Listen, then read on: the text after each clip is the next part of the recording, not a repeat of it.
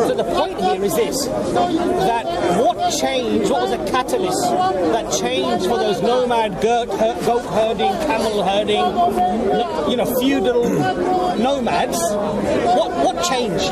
Think about that. Taking over the countries where science was well developed, like in Persia. Well, look, it seems to me you're guilty of suggesting that when Islam was relatively advanced, which is 1,000 years ago, as a consequence of that theory, or not theory, of that fact, you then say that was when they were good Muslims. The fact that that Muslim countries are so backward now is conscious of being bad Muslims. But it seems to me you're allowing yourself to believe that when the countries are advanced, it's because they're following the faith. When countries are not advanced, they're not following the faith. I would say the equivalence is true. When countries are not advanced, they're following too much faith. When they are advanced, they're following the faith. But again, you see, your argument falls apart on historical evidence. So when you look at the major scholarship within Islam, it's not today. Bukhari, Muslim, the documentation, the books. When was that? These were 800 years after, 150 years after, 200 years after. Bukhari was 250 years after. So that 850 AD. Right, so what my point here is that academia within Islam erupted and exploded after the Quran came down, after Islam came down. That was the catalyst. How did the Romans manage to build a civilization without... Sorry? How did the Romans manage to build this great civilization that they had, and the Greeks before them, without the benefit of God's guidance? Because we believe that knowledge is not something that is only given to a believer. Knowledge will be given to anyone who sought after it. So if this is the principle in Islam, the principle in Islam is that Allah does not give, for example, a rizq, which is money and wealth and food and sustenance, only to the Muslims, only to the believers. He gives it to everybody. He doesn't give knowledge only to the Muslims. Anyone who strives for it, they will acquire it. But you have to strive for it. We acquire knowledge by studying the universe, studying the world, doing experiments in laboratories. We create our own knowledge. We aren't given it by God. The reason science has advanced so much in the West is simply because we have free spirit inquiry. Galileo was the first one to say the way we learn is by observation, not by revealed truth. The difference between science and religion is that religion is all about revelation. Do you believe that wisdom comes from somebody telling you that God wants this or God says this? We believe that true knowledge comes from studying the world as it is and developing scientific theories. I accept most of what you said, because the notion within Islam is not that if you want to find out about how fast the earth is revolving around the sun, pick up the Quran and read the Quran. There's no science in it. No, because the Quran says, do they not ponder? Do you not think? Do you not observe between the heavens and the earth? It asks humanity to ponder on creation. And by pondering on creation, it's not just about some romantic notion of sitting on a beach and looking at the stars and saying how pretty they look. It's about immersing yourself in the creation, finding out, exploring, experimenting. So it recommends we do scientific research. Absolutely. So why are Muslims so bad at scientific research? Well, again, you see, look, you make some valid points. A lot of the Muslim world today is uneducated. Most of the institutions or academia are not in Muslim countries. It's a valid point. But the point is, as I said to you, what do you infer from that reality? If you infer that it is a consequence of them being good practicing Muslims, then history proves you wrong. Absolutely. The reason the Muslim world is so backward, absolutely. A statistic which is astonishing. And this is a verified statistic done by a United Nations report in 2002. In the entire history of the Arabic world, I'm talking about the Arabic civilization, more than just the Muslim, the Arabic, less books have been translated in the entire history of the Arabic world into Arabic that are translated into Spanish by Spain in 1 year. Okay, so in 1 year, my point is, even if that's the Arab world does not learn from the outside world. It not interested in translating other books into Arabic to learn from other cultures. That's not true. Because in fact, why does Spain translate more books into Spanish in 1 year than the Arab world? I'll tell you why that's not true.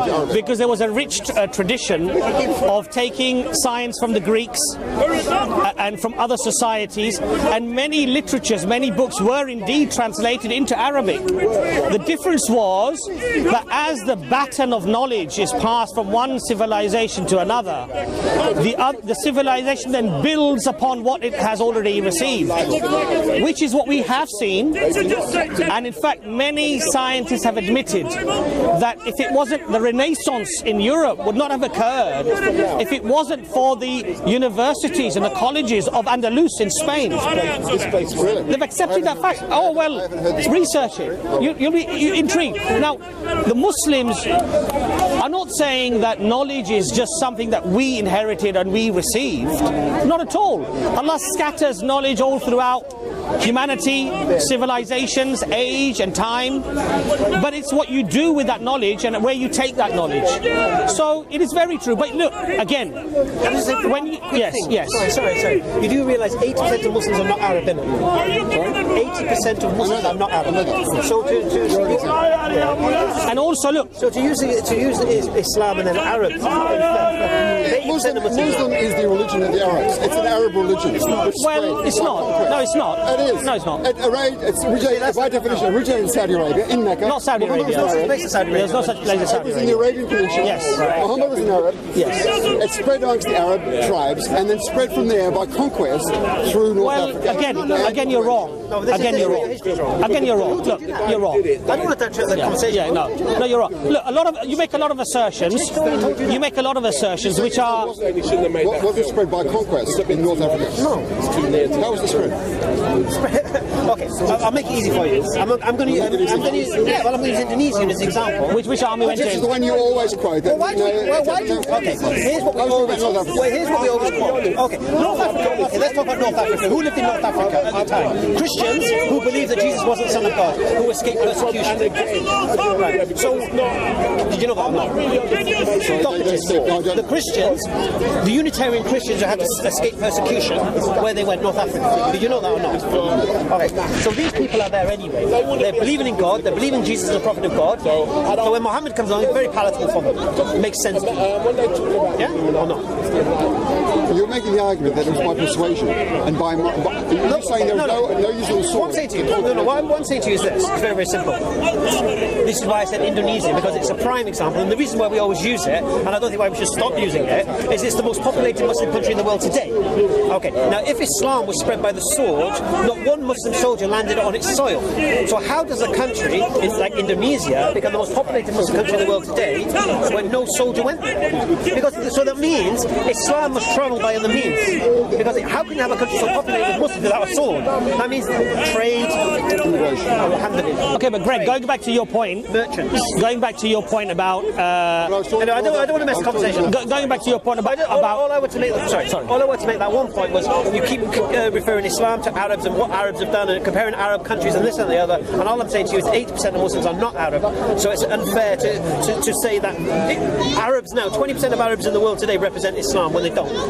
That's all I'm saying. They do, because the Quran was written in Arabic. It's an Arab religion. It just happens to Tell me about Malaysian scientists, for example.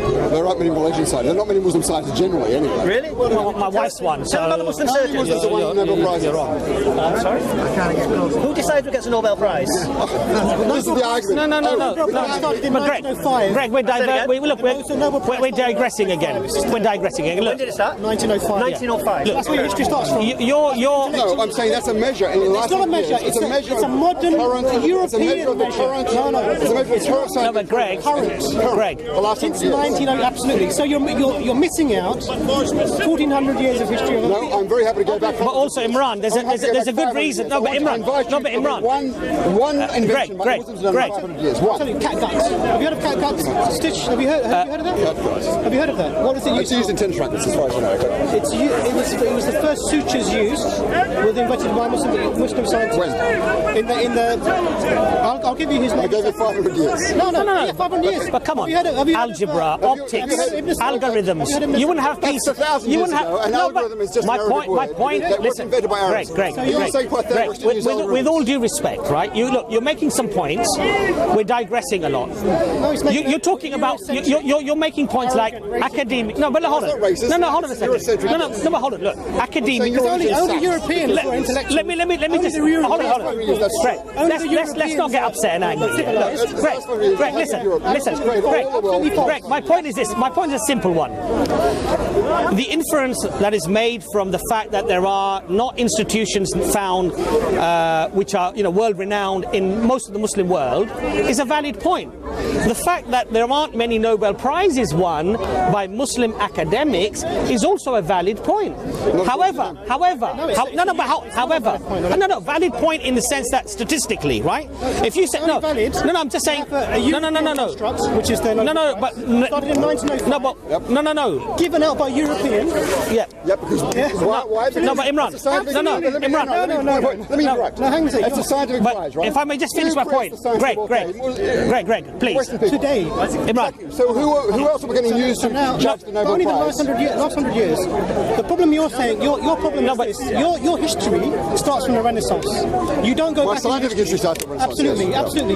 Did science start in the Renaissance? Effectively, yeah. Effectively, that's nonsense. in Europe. The first scientist was Galileo. That's nonsense. Absolutely that's false. nonsense. That's Ibn Haytham, the one who discovered the scientific method, who wrote treatises on, who wrote treatises on how optics and light reflect. You've never heard of him. Why? Because you're European and you've studied in European history in Europe. So who's this person you're referring to? Ibn Haytham. You've not heard of him at all? Absolutely. Have you heard of Ibn Sina? You've heard of him? He wrote the book called The Canon. You know what it was? It was a medical text used in Europe for 500 years. From the 1500s. That's right. That? Well, if that's the case, then science does predate. No, but Greg. Well, Greg's here to learn. Imran, my point was. He describes TB, how it's transmitted, how to avoid it. It was used as a standard text in Europe. For 500 years. Well, I invite you to explain to me then, if Islam was such a fecund productivity. Can I address that point? Font of scientific knowledge for so-called hundreds of years. Can I address that point? In the last 5 years has it fallen in such disrepair? That's a very good question. And he's exploring. That's a very good question, and that's what I was going to refer to. Yeah, sorry for interrupting. So the academia that you say doesn't exist predominantly in the Muslim world today is true. The fact that there aren't many Muslims who won the Nobel Prize in the last 100 years is also true. Now, the issue with that is this, though. What do we infer from those statistics? Prejudicial right. That's one way of thinking. Right. Now, the reason why I believe fundamentally you are wrong is because history actually proves it to be so, and I'll tell you why. So when the Ottoman Empire was destroyed in Turkey, we have British politicians and academics who say, for Islam to never rise again, destroy their establishments, destroy their scholarship, and in Spain, in Andalus, Curzon said that. Curzon, and in Andalus, yes, do not allow the Muslims to form any collective. Their institutions must be destroyed. Their way of learning. Now, do we see that actually happening? Yes, we do. Throughout history, books were being burnt, piled up and being burnt. In Andalus, in Spain, when the Christian Crusaders go in, at that time, I believe there were 400 universities or colleges in Spain. Right? Destroyed. So, a whole civilization. First you had Oxford University, Cambridge, and these that translated many Arabic works. In fact, you find an Iraqi scientist who who recently did a documentary on BBC. He says that these books were so copied from the Arabs that even the notes on the side and the drawings on the footnotes and the side have been copied exactly. You want an oldest copy of Aristotle, Plato? You have to go and read Arabic because that's who recorded it. Right. They translated the ancient Greek. So, Greg, my point being is this: that look, if you hate Islam, then you're going to say they're not very educated because they're Muslims. If you hate Islam, you're going to say that there aren't many academic organizations around the world which are now, renowned and being Muslim organizations because they're Muslim. That is just somebody who I believe has already a predisposition to believe certain things, and now he's fitting the square peg in the round hole to justify his predisposition, his dislike and his hatred for religion or for Islam. But if you look at history and you look at what was being done, I was born here and I love this country. Maybe because let's be a bit more academic. Absolutely. The reason that we're here is, lots of people are here, actually, is because Europeans invaded and inhabited and took the resources of many countries around the world, and they brought these people with them to different places around the world. And now you have. I admit that Europe's absolutely. But also the Muslims as well. So, for example, Andalusia was an invasion of Spain by the Muslims. Whoa. Wait. Let's stick to one point at a time. They didn't invade Spain. Greg, the issue here is this. We do have history that shows that often the people of those lands, because they were being oppressed, they invited the Muslims to come in. Well, again, do you believe it's Greg. Again, Greg. Can I just say one thing? Sorry. Yeah. Sorry. I was just saying this to somebody else today. Have you heard of David Wasserstein, Jewish professor of history? Right. He wrote an article in the Jewish Chronicle. Yeah, and the article is called "Islam Saved Jewry," meaning if it wasn't for the Muslims coming into Spain, the Jews would have been wiped out by the Catholics then. All right. Okay, I agree to that. Right. They were invited because don't forget, in Spain they didn't belong to anybody. You had the Gnostics. Who invited them in? I think it was the Gnostics, if I'm not wrong. So who invited the Muslims into Spain? I think it was. You can hold it with a second. It was oppressing the Christian people. You can have a look this up. And the Muslims' armies arrived as liberators for those people. They were invited. They were invited. Yes.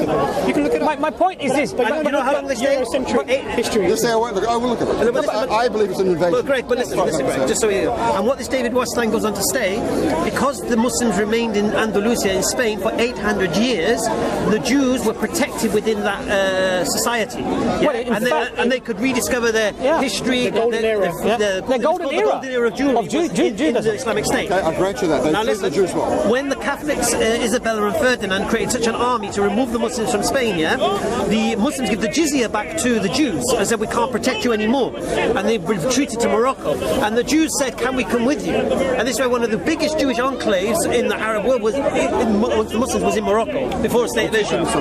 Yeah, this is what I'm saying.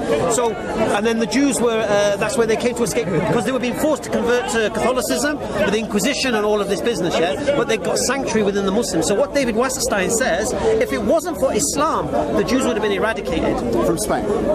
In Europe, Were they all in Spain? No, but Greg, listen, the point is this. We're talking about the golden era here. But you're saying Jews would have been wiped out in Europe. They wouldn't have had the opportunity. The Muslims were only in Spain. No. They weren't in France, they weren't in Italy, they weren't in Germany. So you're saying the Jews didn't exist in what we're saying is, what you're missing the point here is the golden era of Jewry in this 800 years give them a chance to regroup and regrow and study and research. If they didn't have that blanket, they would have been persecuted wherever they went.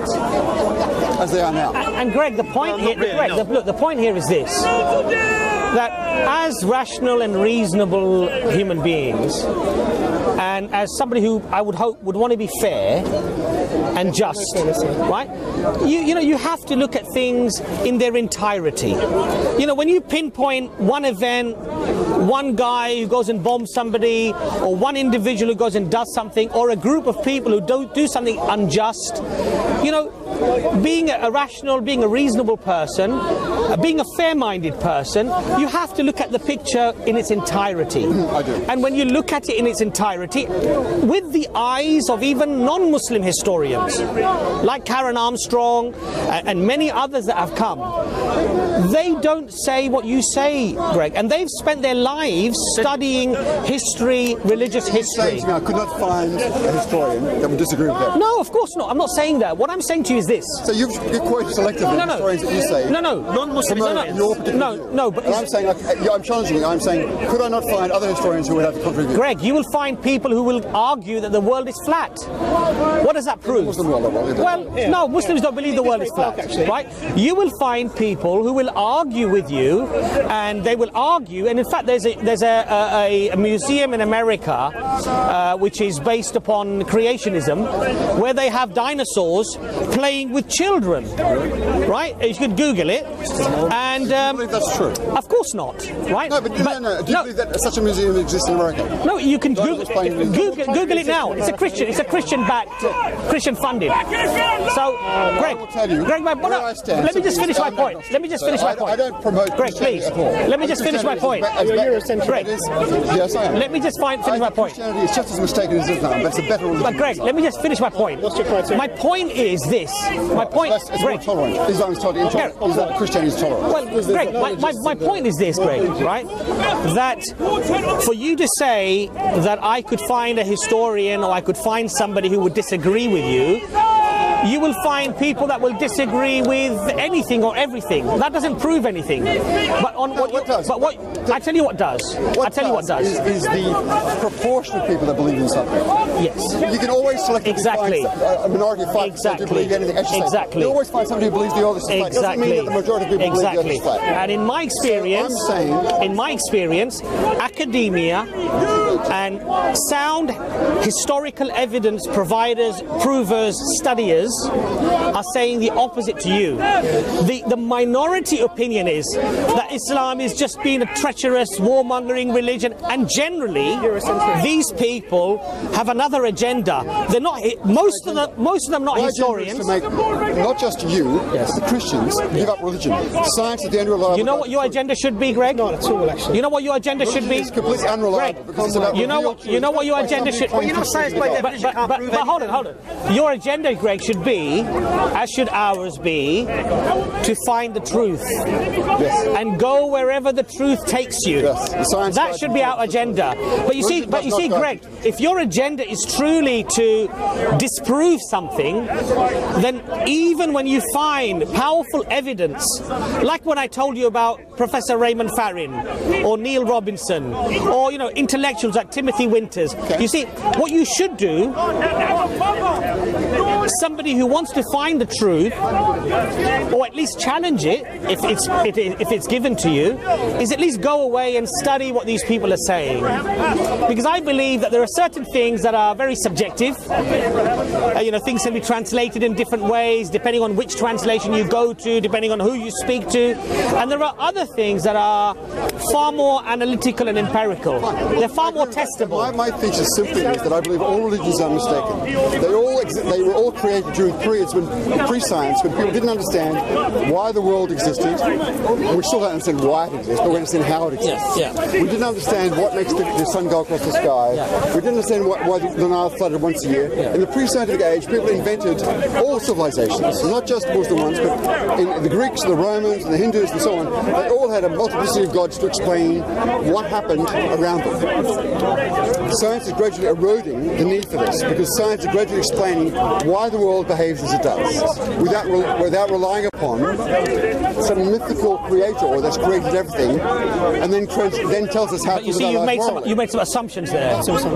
Now, your assumption is, first of all, that all religions are the same. No, I said they're equally mistaken, but they're not the same. Like you said, Christianity is a better religion. They all preach Islam. Okay, Islam is intolerant. but they all preach the notion that it was intolerant. Okay, Christianity was hugely intolerant. Okay. It's no longer intolerant. Because it was separated from the world. Separated from what? church and state were separated after the wars of 1592. No, they had a Reformation, which Islam pointedly has not had. And because of the Reformation, Christianity has been forced to be dragged into the modern world. It's not been they tried to persecute Galileo. separated from ruling. Of course it has, because we believe, we've always had the concept in the West, that what belongs to what belongs to European history with religion is not the same as Eastern and Eastern experiences with religion. That's the problem that you're having. You're imposing your European history with religion onto Muslims. Exactly. We never had That's my point. with the Muslims being ruled And that's why the Islamic world is so backward, because you don't have a separation of church and state. Absolutely false. Because religion informs every aspect of human life in a Muslim country. No, it doesn't. No, it doesn't. No, it doesn't. People are brainwashed from No, it birth. doesn't. No, but That's why there's no research in Muslim countries. That's why there's no productivity in Muslim countries. Okay. Because they're brainwashed from birth to believe that... even that is actually false, and I'll tell you why it's false. You go to any hospital here, you'll find Muslim doctors, you'll find Muslim surgeons, you'll find Muslim research scientists. Many of them train in the West, but yes, there are. But of course they will. But just as they trained in the East before, just as they trained in Andalus before. Are you trying to make the case that somehow Islam is producing as many scientists as the West? No, look, it's not about a numbers game. It is a numbers game. No, it's not. It is a fucking numbers game. It's got nothing to... No. That's ridiculous. Listen, if I say to you that 99% of the world's productivity comes from Europeans and 1% from Islam, is it you say, but it's not a numbers game. Okay, is it a numbers game? Okay, is it a numbers game? It's a numbers game. Okay, it's absolutely. So at the time in Spain, when the Muslims were at the pinnacle of humanity when it came to science and scientific research, by your admission then, they were right. Because they were the majority. No, all religions are wrong, but I concede to you that if there was a period, and I'm not conceding that they're necessarily right, if there was a period when the Muslims were predominant in research, there might have been historical reasons why that was the case. So were they right because of their religion? Were they right? Yes. No, they're not right. So they're still wrong. But I'm saying, if they're the majority, they're still wrong. If they're a minority, they're still wrong. They're wrong all the time. They're wrong all the time. It's like heads I win, tails you lose. I'm saying science is right. I'm simply saying. But Greg, I'm saying that our civilization is superior to the Islamic civilization. About why the world is what it is. The only reason we've advanced, the reason we've advanced in the last 500 years so dramatically is because we have applied our intellect not to studying ancient texts, but to studying the world. And there's a big difference. If you want to spend your life studying ancient texts, you will not progress. If you study the world, you will progress. Making these really wide sweeping statements that are just gross generalizations of what people do. They're not generalizations, they're absolutely true. We've advanced because we study science. The Muslim world is not advancing by making it modern, productive civilization. Do you say the world's more moral? It says more moral. Yes, the world is more moral than it ever was, yes. Really? Yes. The world is more... Don't you believe that morally the world is progressing, not just in the West, but generally? I'll speak of the West. What's your moral anchor? It's the brain of man to invent our own laws. Here's the big difference. What's your moral anchor? My moral anchor is belief that we can create, through our intellect, we create our own laws. So who decides what's right and wrong? By the general dictates of educated people discussing social consensus. Social consensus, yes, that's a good expression. Consensus. All right. So you think alcohol's a good thing, yeah? I'm not saying it's a negative. Is it a good thing? I have no problem with alcohol. I consume alcohol. Is it good for society or bad? In moderation, it's fine. Is it good or bad? Why do you say everything in black and white? What's wrong with alcohol? I'll tell you why. Because there are people today victims of alcohol abuse. Name a country. For 500 years, not the last 100 But you see, years. You've got 500 years of war, of pillage. You got 500 years. So, hold on a second. Let me finish. So the centres were not destroyed. Hold on a You're second. claiming we destroyed the centres. Greg, you ask a question. At least allow me to finish the answer. Do you think Europeans only existed you say 500 years, yeah? Even if I were to agree with you, even if I was to, what happened in Andalus 500 years ago? Nothing. They'll go on for 500 years ago. Right. You had Europeans who fought with the Muslims to evict them out of a land which they thought, or they said, was theirs, Christian land. What did they do in Andalus? They destroyed the universities, the colleges, the literature. They killed as many as they could get their hands on. Your thesis is that it was the destruction of centres of learning in Andalusia, which caused the Muslim world. I'm saying that nothing these to do with the Muslim lands. Look, in I'm saying to you, what I'm saying to you, Greg, is this: don't look at things completely blinkered in a polarized way. there's a whole array of history that has shaped and influenced. Hold on a second. But you were just making You were making the claim that the reason the Islamic world was backward is because somehow I didn't say that. No, you didn't say that. I didn't say that. I didn't say that. You asked about Muslim scientists. I didn't say that. Where are the Muslim scientists today? And what's happened in the last 500 years? And what's happened in the last... He said they had nowhere to study. Where are they going to study? Iraq? Look, where are they going to study? Iraq? Syria? His claim where are they going to study? That these potential... Where are they going to study? Let him answer the question. His claim was simply that there was no places for Muslims to learn science. I'm not saying that either. I didn't say that. Now you're saying that. Here's what you're imposing. You're imposing. Did you not talk about the destruction of centres of learning being the cause of the absence what he said. You asked the question. Did you not say that there was a destruction of potential centres of learning and that caused the backwardness of Muslim science?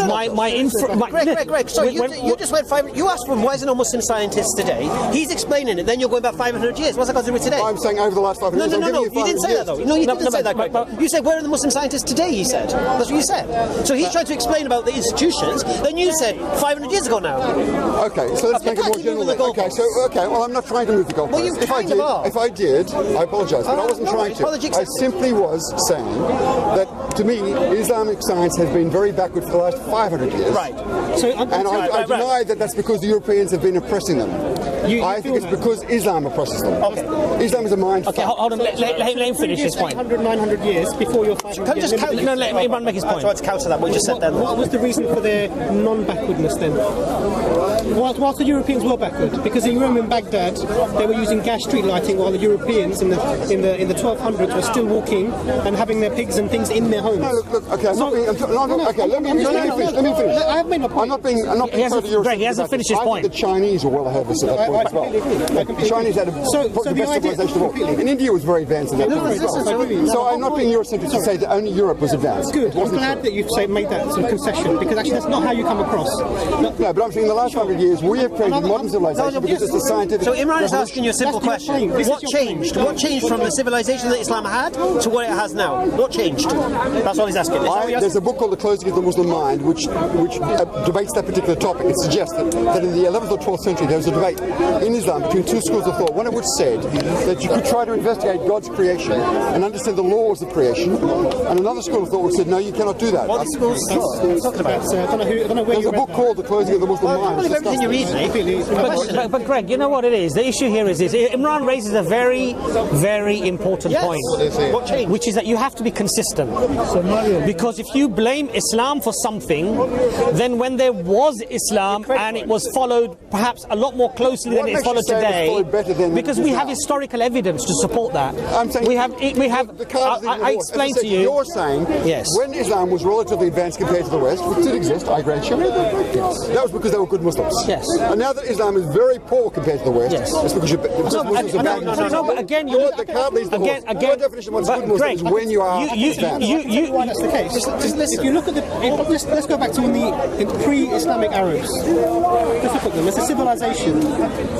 If you look at it, just forget the laws that they were doing. That marrying without limits, as many as you like. The position of women in societies, the oppression of slavery, and these things. That group of people never moved out of that area. They didn't move out of that. They didn't expand beyond that. When Islam came, two things happened. The Quran came along, which actually says within it, they will look in the horizons or within themselves, and they will see signs that this is the truth. So the Quran points you towards studying the world around you as an evidence for the existence of the Creator. So we find the world and science fascinating as Muslims, because we see in this complexity and this amazingness of nature, we see the fingerprints of God upon the creation. So actually there's a big driver for the Muslims to study and to excel in the sciences. And actually they did that. They did that amazingly. And then there was a military expansion, which is different from religious expansion, because you were conflating the two together. I don't mind you doing it, because we did it as well, but I'm simply saying, for Muslims to deny that Islam was spread by the sword is to me duplicitous, because Islam was spread by the sword. Your statement is incorrect. So I made a distinction. There's a military expansion of the lands. What does that mean? It means you take over the lands. That's by the sword. That's what I call it. But it's not the spread of Islam by the sword. We don't enforce religion by the sword. That's because the Quran says, like there is no compulsion within religion, and then there's no one who's going to say to you that. So why is there a law of apostasy if there's no compulsion in religion? Well, that's a different issue, and we can talk about that. No, but I also explained to you, Greg, that in the Ottoman Empire, for 500 years, the hudud punishment of apostasy or of killing for adultery, whatever, stoning to death, there was one recorded incident in 5. Why are we falling back into worse situations? Greg, you have to allow me to finish the question, please, because you raise a question. You've got to listen to the answer. But listen. You're repeating but listen. But Greg, my point is this. Greg, my point is this: that this caricature that is often made about Western caricature. Exactly. This caricature that's made up about what Muslims are, what Islam preaches, what they have to do, is far removed from the reality. So all I'm saying to you, Greg, is this: don't be so polarized in your thinking, black and white. There are many areas of grey. There are many influences, many facets of influence that come together and create a certain environment. Don't just look at Muslim, uneducated, because he's Muslim. End of topic. I agree. It's a very simplistic, very ignorant way of looking at the world. When we look, for example, at people being uneducated in the Asian subcontinent or in Africa or whatever, what about the political situation? What about the dictatorships that are there, that oppress their own people, that don't spend on education? They don't have free schooling. In Pakistan, there's no free schooling, right? So if you're poor, you're just worried about where your next meal is coming from. You don't have a school to go to. There is no education there. So my point being is this: don't just say Pakistan Muslim uneducated because they're Muslim. Look at the multifaceted. It's a very complex environment, and also because our civilization in the modern world. No, but Greg, that's all very nationalistic and very. It's all very. It's an emotional. But please, but look, rape and colonization. No, but please, let's stick to the point. You did. You said to get other. No, but please, let's stick to our point. Yeah, please. What would Africa be like today if the West had not gone into Africa? It would have been completely free. There would have been no schools. There'd be no interest owed to the West. They wouldn't be jumping on boats to get. They would have their own resources. Why are so many Africans trying to get into here? Where do diamonds come from? Where does gold come from? Let Imran make his point. Let Imran make his point. So after the Muslims started to excel in their religion and use it was a driver to seek knowledge. The Muslims had expanded militarily. Sorry. People saw the Muslims, their behaviour, their actions, and that's what actually led for the people to become Muslims themselves.